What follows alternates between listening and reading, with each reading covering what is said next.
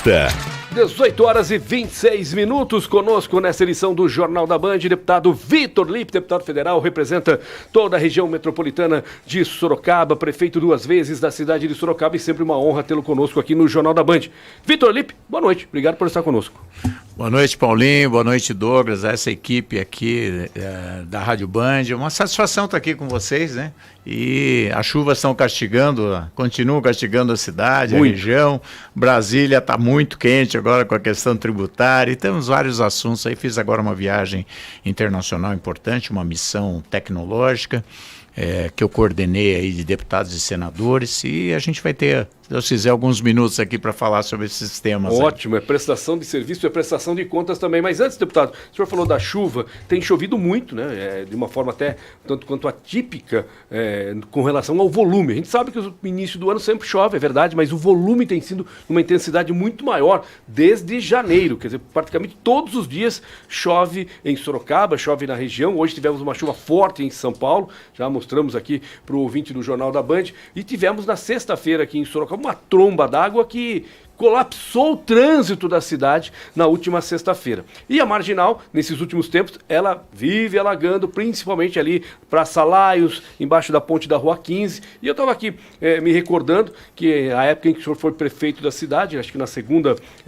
gestão, 2010, o senhor fez uma obra que fechou a Marginal durante 28 dias. A Marginal foi fechada. Foi um transtorno, né? Porque aí aumentou o volume na Raposo Tavares, aumentou o volume de outras vias ali para quem chegava para Sorocaba via Castelinhas, bairros ali de Santa Rosália, enfim, até acessar o centro. Foi um transtorno.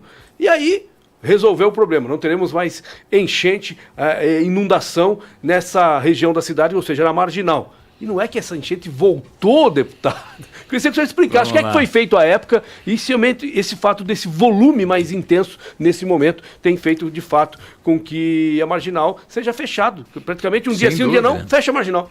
Quando eu era prefeito aqui, Sorocaba, como ele está muito ligado ao rio, né, e a gente costuma dizer, o rio invadiu a cidade. Não, foi a cidade que invadiu o rio, porque na verdade o rio, ele era todo, como se fosse uma serpente, originalmente. Mas aí resolveram fazer a Marginal para ficar melhor, né, para os carros. Só que com isso nós ocupamos as áreas de várzea, que a gente chama. O que é a área de várzea? É aquela área que quando o rio sobe muito, ele ocupa. Inclusive o Parque das Águas, é uma área de várzea da cidade. Então, quais são?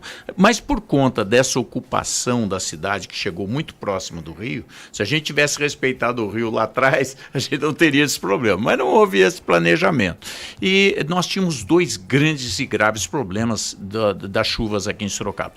O primeiro eram as famílias que eram vítimas de enchente. Você se lembra, há alguns anos atrás, todos os anos a gente precisava ou ter escolas ou ginásios de esporte que ficavam com centenas de pessoas desabrigadas porque as casas eram destruídas e tudo mais. Nós fizemos um mapeamento da cidade, porque essas pessoas, além de perder tudo que elas tinham, elas já estavam comprando a prestação, a sua televisão, o seu colchão, e perdiam tudo. Além disso, o risco das doenças, leptospirose e outras doenças infecto-contagiosas. E além do prejuízo econômico, o risco para a vida dessas pessoas. Portanto, o que nós fizemos? Eram as pessoas que mais sofriam, obviamente, com a questão. A gente, às vezes, atrasa para chegar em casa, mas imagine você perder tudo que você tem, né? É muito pior.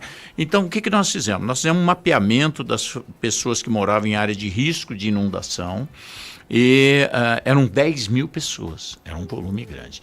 Todas essas famílias foram transferidas das áreas de risco para os conjuntos habitacionais. Tanto é que nós entregamos essas habitações e, em vez de fazer sorteio, que é o que normalmente se faz, nós demos prioridade para atender essa família. Então, graças a Deus, você não vê mais grande número de famílias desabrigadas, nada disso, porque nós conseguimos. Esse era o problema número 1, porque é uma questão humanitária, a vida das pessoas. Mas a segunda questão que nós trabalhamos muito é a Praça Laios, porque quando para a Praça Laios, a cidade inteira entra em curto-circuito. Então, o que foi feito? Nós solicitamos estudos para saber o que poderia ser feito para reduzir as inundações da Praça Laios.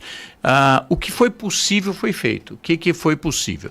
A elevação em 1,70 m do que era antes, quer dizer, subiu 1,70 m. O que significa isso? Que antes vamos dizer assim, inundava. Agora, só se a água subir 1,70 m a mais que vai inundar. Além disso, nós colocamos um sistema de bombas ali para exatamente a água sair mais rapidamente da Praça Lage, porque antes ficava, às vezes, dias parado. Você vê que isso não acontece mais. Então, porque você tem um sistema de bombeamento. E por que 1,70 m? Por que já não subiu 2, 3 metros? Porque você tem os viadutos ali. E a linha férrea ali, né? Da via férrea, exatamente. Então, você não tem como. O limite foi 1,70 m.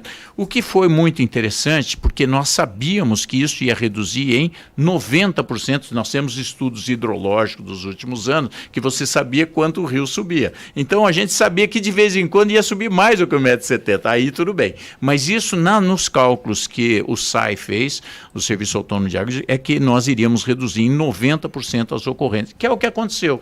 Então, eu diria para você que a obra teve um ótimo resultado. Se a gente não tivesse feito aquilo, nós íamos ficar dias agora embaixo d'água, né? A pista e com muito mais interrupções. Então, hoje, quando você vê que a água está próximo da pista, se não tivesse subido 1,70 m, estava embaixo d'água. Então foi muito bom. Talvez a interpretação na época que não iria mais ter problema foi um exagero, porque o cálculo era 90%. E isso aconteceu durante vários anos. O que aconteceu de lá para cá? Em vez de a gente ter 10, 15 interrupções por ano, a gente tinha uma interrupção, só que em vez de 1 dia, 2 dias, chegamos a ter interrupção de 1 semana embaixo d'água, era de horas. Aí você vai lá, vai tal, bomba desce, é só você tirar o barro e você volta o trânsito normal. Portanto, foi uma obra muito boa. E uma outra coisa, as pessoas falam, por que não foi feito o desassoreamento do rio? Porque isso também nós fizemos estudos. Porque o desassoreamento naquela região não funciona. Por que não funciona? Feito agora. Mas não adianta, não vai funcionar. Pode fazer o desassoreamento que quiser. Sabe por quê? Porque ali tem uma laje de pedra. Então não tem jeito. Você tira terra. Onde tem pedra, você não consegue tirar. Então é como se você tivesse um concreto ali. Então não adianta você tirar a terra de uns pedacinhos ali, porque o concreto vai continuar no mesmo local. Desculpe, concreto não, mas a laje de pedra. Por isso não há eficiência. Quando você fala, desassoreou. Não adianta. Infelizmente ali não. Em alguns pontos ou alguns rios que você não tem grandes lajes de pedra, funciona. Aqui em Sorocaba é ineficiente esse tipo de dragagem. Então foi feito o que era possível, eu acho que os resultados valeram a pena. Eu passo ali sempre muito atento, então eu falo, poxa, olha, se não tivesse feito, estava embaixo d'água hoje. E aí, imagine agora, se você medir o rio nesses 2 meses, grande parte do tempo ele estava com uma cota que poderia estar inundado se não houvesse elevação. E uma outra coisa bacana daquela época, Paulinho, foi tão bem planejado aquilo que nós fizemos uma obra em tempo recorde. Você sabe que para fazer uma estrada, uma coisa, primeiro que ali é o lugar que tem mais trânsito em Sorocaba. Então você tem que fazer uma base embaixo muito grande, com muita pedra, o sistema de drenagem adequado, senão não funciona. Então nós conseguimos retirar o que tinha, colocamos muito mais pedras, fizemos uma grande operação durante 24 horas por dia, em 28 dias entregamos a obra, que normalmente iria demorar 6 meses. Então, eu elogiei muito a equipe da prefeitura e até hoje tenho convicção que foi uma ótima obra, porque senão nós teríamos uma situação muito pior. Talvez a gente tivesse parado mais de 20 vezes ou 30 vezes nesses últimos 2 meses aqui na cidade. Só para continuar rapidamente nesse assunto, o senhor falou a respeito do Parque das Águas, Avenida 15 de Agosto, essa fecha quase que choveu, fechou. Mas eu me lembro, no final dos anos 90, início dos anos 2000, ali próximo ao Parque das Águas, tem um bairro ali chamado Jardim Abaeté. Ali enchia muito mais. Ainda está enchendo ali no final, né? A gente observou que na chuva de sexta-feira pegou ainda alguns moradores do Jardim Abaeté. Mas pegava ainda mais moradores, porque atingia mais o bairro do que tem atingido ultimamente.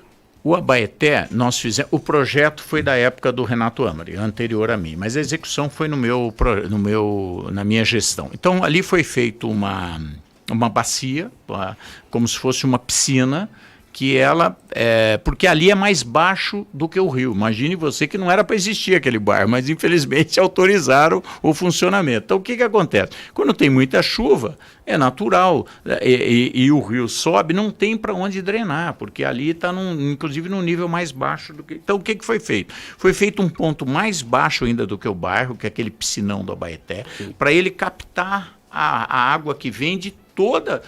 Quando você olha ali do alto, você vai ver que tem muitos bairros que jogam a água ali. Então, aquela água agora desce para o piscinão do Abaeté, foram colocados ali, ele é mais baixo, ele tem um rebaixamento em relação ao bairro e tem bombas ali de alto poder para jogar dentro do rio. Tem funcionado, tivemos acho que 1 ou 2 ocorrências nesses últimos 12 anos, mas antes era todo ano, existiam problemas gravíssimos. E o próprio Parque das Águas, que eu também já sofri crítica, o Parque das Águas está embaixo d'água. Ele é para ficar embaixo d'água, porque ali é uma área de várzea. Então o que nós fizemos? Era uma área abandonada, porque você não pode fazer casa ali, nem prédio, nem nada, porque ele está abaixo da cota do rio e ele tem que funcionar como várzea. Se você fizesse um parque ali que não entrasse água, ia aumentar a inundação mais embaixo, provavelmente nos bairros que estão na Zona Norte. Então a gente precisava manter a várzea. A solução inteligente ali foi, vamos fazer um parque que você vai poder usar 99% dos dias, hoje é um dos parques mais frequentados da cidade, é a área de eventos, e aí ele vai receber as águas, porque nós não podemos tirar essa função dele, mas depois a gente lava o parque, ele volta a funcionar, ou seja, ele ajuda o rio na época das cheias e ele ajuda a população. Quando a água baixa, você tem um parque ali para ser utilizado. Por isso que ele chama Parque das Águas. Ele é considerado hoje um dos poucos exemplos do Brasil de um parque reversível, ou seja, ele atende as águas do rio e atende a população. Então foi um projeto também muito bacana daquela época. 18 horas e 38 minutos, conosco ex-prefeito de Sorocaba, deputado federal Vitor Lippe. Temperatura em Brasília, mudança de governo, já estamos aí caminhando para o final de 3 meses do atual governo federal, o governo agora é do PT, já dá para sentir diferença, deputado? Algumas diferenças. Mas acho que Quando o senhor fala algumas diferenças, claro que tirando as brincadeiras, vou falar coisas de positivas, coisas positivas negativas e negativas. Eu não sou apoiador nem do PT e nem era da extrema direita, enfim, eu sou um cara de centro. Então eu estou aqui para ajudar o Brasil. A minha agenda é Brasil, eu não confundo isso. E acho que o governo do PT acerta quando dá prioridade para a reforma tributária, por exemplo. Inclusive eu fui indicado entre um dos 12 deputados, entre os 513 deputados, para propor vamos dizer, um projeto novo de reforma tributária do Brasil. Então, eu acho que isso está correto. Nós vamos proteger a Amazônia. Acho que está correto. Hoje, uma das coisas que mais vale no nosso país é a imagem internacional de um país que protege a Amazônia, que hoje é uma das áreas mais importantes ambientais do mundo, né? Uma das maiores reservas ambientais do mundo. Então, acho que isso acertou. Errou quando agora no MST houve uma invasão de uma fazenda e eu esperava, exatamente, que uma área produtiva, que o governo fosse dizer assim, nós vamos apurar as responsabilidades e vamos punir os responsáveis. E eu acho que o governo não fez isso. Da mesma forma como estão punindo a invasão do dia 8 de janeiro. Exatamente. Então, exatamente. É uma comparação. Exatamente. Então, acho que ele errou. E eu acho que é tiro no pé, porque quando você faz uma coisa errada, a sociedade não gosta. Os bolsonaristas que fizeram aquilo dia 8 foi tiro no pé também, porque a sociedade não vai aprovar nunca aquilo. Como invadir uma atividade, uma propriedade produtiva, ninguém vai aprovar isso. Eu espero, inclusive hoje está tendo uma discussão sobre isso, lá em Brasília e tudo mais, que as pessoas sejam responsabilizadas. Eu acho que isso ninguém vai aceitar uma situação dessa. E se houver necessidade, o Congresso vai... Pode ser, foi uma primeira? Foi. O governo sabia? Acho que não sabia. Mas se isso continuar a acontecer, ou outras propriedades, eu não tenho nenhuma dúvida. O Congresso vai se posicionar fortemente contra o governo. Então, nós estamos dando uma oportunidade, né? Eu acho que o governo, nós não estamos lá para brigar com o governo, nós estamos lá para o Brasil dar certo. Então, eu até evito polêmica, mas eu fico analisando. Chega uma hora e falo, não, agora acabou. Agora nós vamos ter que enfrentar. E eu estou com uma expectativa muito grande, Paulinho, em relação à reforma tributária. Infelizmente, o Brasil, se a gente fizer uma análise do Brasil em relação aos países do mundo, o Brasil é um dos países que tem muitas vantagens comparativas. Ou seja, você compara o Brasil com os outros países e fala, nossa, que país maravilhoso, mais água, tem mais água no mundo, segundo que tem mais minério no mundo, o primeiro que tem mais área agricultável no mundo, o maior que tem mais biodiversidade no mundo, ele não tem conflitos de fronteira, ele tem a 5ª maior população do mundo, que isso é um mercado muito forte, ou seja, você fala, nossa, que país fantástico, esse país com certeza vai crescer ou igual ou acima da média do mundo. Não, é o inverso. Nós somos um dos países que menos cresceu nos últimos 20, 30 anos. Isso não é possível. Então, por que isso aí? Né? Por quê? Por que os outros países estão crescendo com muito menos condições do que o Brasil e o Brasil, com todas essas oportunidades, está crescendo? Tenho convicção que o maior problema hoje das indústrias e empresas brasileiras, Paulinho, é o sistema tributário. E isso é uma situação tão grave que muitas empresas não estão suportando. Eu vou falar alguns números aqui que as pessoas às vezes falam, mas não é possível isso. E é isso que a gente tem levado para o parlamento. Pessoal, conheçam a gravidade do sistema tributário. Vou falar em alguns números aqui muito rapidamente. É o 184 pior sistema tributário do mundo, entre 190 países, nós estamos em 184, segundo o Banco Mundial. Ele é o que mais custa dentro das empresas no mundo. Então, você tem empresas no mundo inteiro competindo com as indústrias do Brasil. Aqui custa de 5 a 10 vezes mais caro a sua área administrativa. Então, lá você precisa de um funcionário, que você precisa de 5 a 10 para calcular o mesmo tributo, que é o mesmo imposto. Principalmente a entrega das obrigações acessórias. Exatamente. Né? Sabe quantas hoje quantas normas fiscais existem no Brasil, considerando municípios, Estado e União? 450 mil. É inacreditável. Você fala, não, isso não pode existir. Você quer pior do que tudo isso? Além de ser o mais caro dentro da indústria. Então já vai o seu lucro ali só no número de funcionários que você tem que ter para conseguir pagar essa confusão tributária que tem aí. Aí pior, quando você paga, como tudo é muito confuso e muito difícil de ser calculado, muitas vezes o auditor fiscal ou a Receita não concorda com aquele valor. Aí o que você faz? Bom, não concordou com o valor, aí, Douglas, você vai e entra na justiça. Aí também pior. Né? Nós somos o país mais judicializado no mundo. Então, isso tem centenas de milhares de ações onde você pagou, o governo não concordou e você vai buscar a justiça porque você espera que a justiça restaure esse problema. Sabe quanto tem sendo discutido de contencioso fiscal? Ou seja, quanto está sendo discutido na justiça se aquilo que você pagou é correto ou não é correto? Bilhões. não, é pior. 5,4 trilhões de reais, não é bilhões, trilhões. Isso é 60% do produto interno bruto. Isso não existe em lugar nenhum do mundo. Veja bem, Paulinho, por conta desses números que são dramáticos, né, e que judiam das empresas, que tiram a competitividade, tiram a energia, tiram a lucratividade, né, das nossas empresas. Por exemplo, as indústrias que são muito importantes. Hoje o pessoal fala do agro. Não, o agro vai indo bem. É verdade. Mas o agro tem impacto em 26% da economia. E o restante? Muito disso é indústria. Porque a indústria, um emprego dentro da indústria é 3 fora. A indústria é que mais paga imposto no Brasil, que tem mais cadeias produtivas, mais cadeias tecnológicas. A indústria é fundamental para o Brasil. Sabe o que aconteceu com a indústria no Brasil, Paulinho? Por conta muito do sistema tributário brasileiro, que é o pior do mundo, o mais difícil, o mais complicado, o mais confuso, o mais judicializado.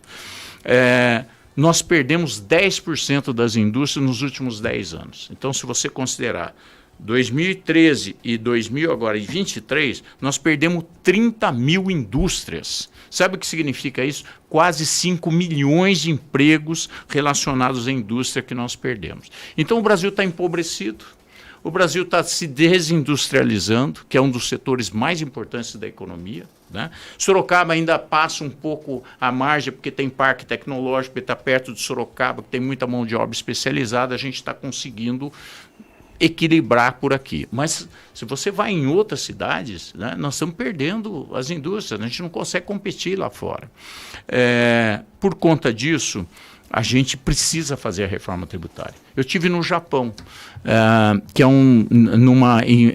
na agência japonesa de investimentos, chama-se JETRO, uma das mais respeitadas do mundo. E eu queria saber, numa visita que nós fizemos, uma missão internacional, além de conhecer, inclusive fui conhecer a Toyota, fui conhecer as escolas japonesas, uma série de coisas, centros de tecnologia e inovação, mas eu fui conhecer a JETRO, por quê? Porque eles fazem pesquisa no mundo inteiro para saber onde os japoneses têm que investir. E eu queria saber o que eles achavam do Brasil, porque uma coisa é o que a gente acha, outra coisa é o que o mundo acha da gente, né? Nós estamos num mundo globalizado.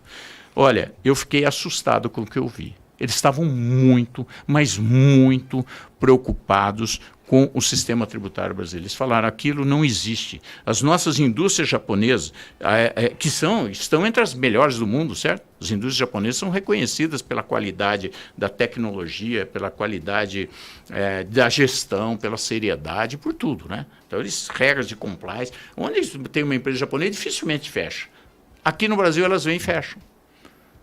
E às vezes elas não fecham, ficam no vermelho no Brasil. E eu perguntei para eles, mas se vocês estão no vermelho, e eu fui ver lá o payback, quer dizer, o retorno das indústrias que tinham investido aqui no Brasil nos últimos 10 e 15 anos, ele falou, nós estamos no vermelho. Eu falei, mas por que vocês não saem do Brasil? Ele falou, olha, nós só não saímos do Brasil porque lá tem uma coisa muito importante. Eu falei, o que é?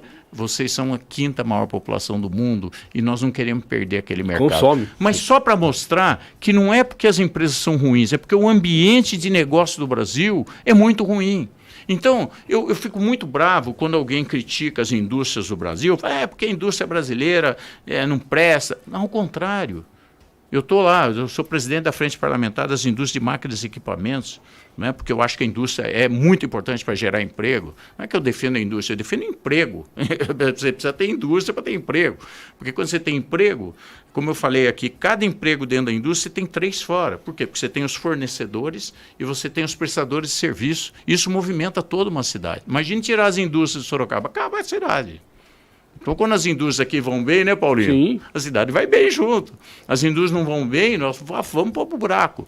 Então, nós temos que ter muita responsabilidade com o futuro. E, por isso, eu acho que agora nós vamos aprovar a reforma tributária. Mas muita gente fala assim, ô, deputado, mas vocês estão há 30 anos lá tentando fazer... E não consegue. Vai ou não sai? Mas o grande problema é a guerra fiscal. Envolve o Estado, envolve o município. Eu andei lendo alguma coisa a respeito dessa nova proposta e que os municípios, já foi prefeito, já sabem como é. Hoje, o prefeito, né, o município, ele administra o principal imposto da cidade, que é o ISS. Aí ele tem o repasse do ICMS e os outros repasses dos impostos federais. Da forma como eu li, e se eu estiver errado, o senhor me corrige, é que com o IVA, né, que é o Imposto do Valor Agregado, vai tudo na mão do federal e o federal vai distribuir. E aí os prefeitos falam, mas vai ficar ruim pra gente. Meu Deus. E aí? Bom, o seguinte, vamos lá. Nós temos o pior do mundo, aí todo mundo concorda, isso está olha, hoje 70% das famílias estão endividadas, o Brasil está empobrecido, né? Nós estamos numa situação difícil. Então todo mundo acha que sim, temos que fazer a reforma. Agora, como é que nós vamos fazer essa reforma? A sugestão que a gente tem é o seguinte, vamos fazer o que está dando certo no mundo? Hoje, 89% dos países, são 170 países do mundo, usam o IVA, o Imposto sobre Valor Adicionado, ou agregado. Então, esse IVA que a gente está trazendo para o Brasil, porque está dando certo em quase 90% dos países, nós também queremos, né? Não queremos ser o pior do mundo, porque isso prejudica muito o país e os empregos, principalmente. Então, o que esse IVA diz? Ele diz o seguinte, vai mudar um monte de coisa. Primeiro, as cidades mais pobres do Brasil, elas vão melhorar. Por quê? Porque hoje, por exemplo, tem uma indústria aqui em Sorocaba, o imposto dessa indústria vai para o estado de São Paulo e volta para Sorocaba, certo? Certo. Não é assim? Então todo mundo quer ter indústria. Nesse IVA, muda.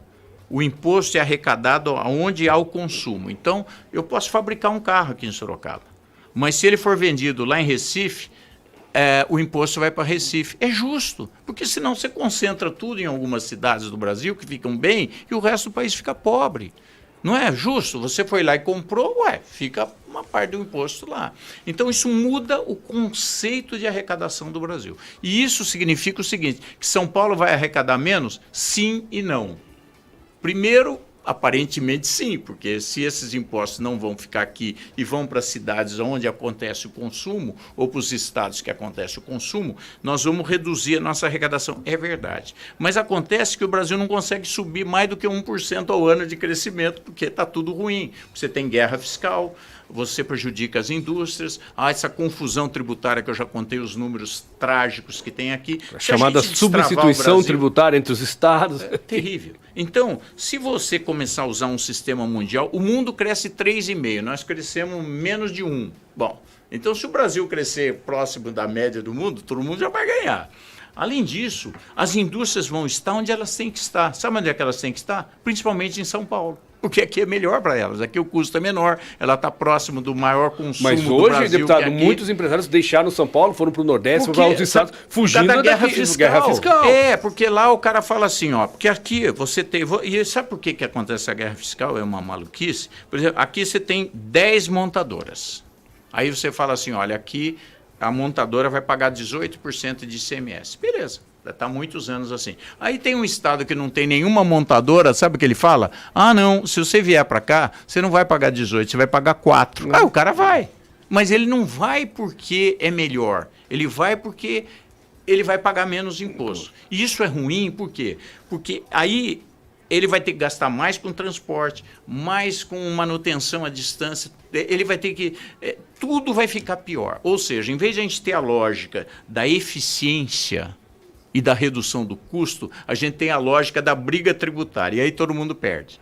Aí São Paulo perde, o cara vai para um lugar... Aí lá ele também não arrecadou imposto, porque ele abriu mão do imposto para poder puxar uma indústria. Olha que confusão. Então, isso aí, não, se Deus quiser, vai ficar para o passado. Aí você vai falar, mas vai ser aprovado? Eu diria o seguinte, vou contar o que eu sei, porque eu estou lá na comissão, entre os 12 lá. O presidente da Câmara disse que essa é a prioridade absoluta, ele quer ver essa matéria aprovada até julho. Pode ser que sim ou não. Por quê? Eu acho que só vai entrar em plenário essa matéria, Paulinho, quando a gente tiver número suficiente. E a gente precisa ter pelo menos 312 votos. Então, se não tiver isso, ele não vai votar para perder. Então, a gente vai ter que garantir esses votos antes, daí coloca em plenário. Mas ele quer que... Bem, isso é importante. O presidente da Câmara quer. Opa, importante. O presidente do Senado quer. Opa, importante. O governo, será que ele quer ou não quer? O governo criou uma secretaria especial da reforma tributária e botou como secretário nacional o autor de um dos projetos de reforma tributária, que é o Bernardo Api. Portanto, e ele está sempre junto com a gente lá, quase que todos os dias em Brasília. Enfim, o governo quer... E fizeram uma pesquisa com os deputados. 2 pesquisas. Uma, 80% dos deputados disseram que querem fazer a reforma tributária. E a outra, 67%. Então, eu diria que eu nunca vi, e todos os estados são favoráveis. Isso o CONCEFAS, que é o Conselho de Secretários da Fazenda aqui do país, e todos são favoráveis. Eu acho que a gente tem um ambiente favorável para aprovar essa reforma, se Deus quiser, o Brasil voltar a crescer, gerar empregos e ter uma condição melhor, principalmente para as indústrias do país. Deputado, 18 horas e 54 minutos, o tempo passa, daqui 4 minutos a gente encerra aqui, que vem a programação da noite. Foi bom o bate-papo. E é sempre bom ter esse bate-papo. Eu, sinceramente, eu tenho um pé atrás com reforma tributária, porque eu tô nesse negócio há muito tempo e ouço falar sobre reforma tributária. Muitos anos, né, há muitos anos. Teve essa do Bolsonaro, a última, que ficou na gaveta, foi, e não passou, né, não saiu da gaveta. E claro que precisamos começar.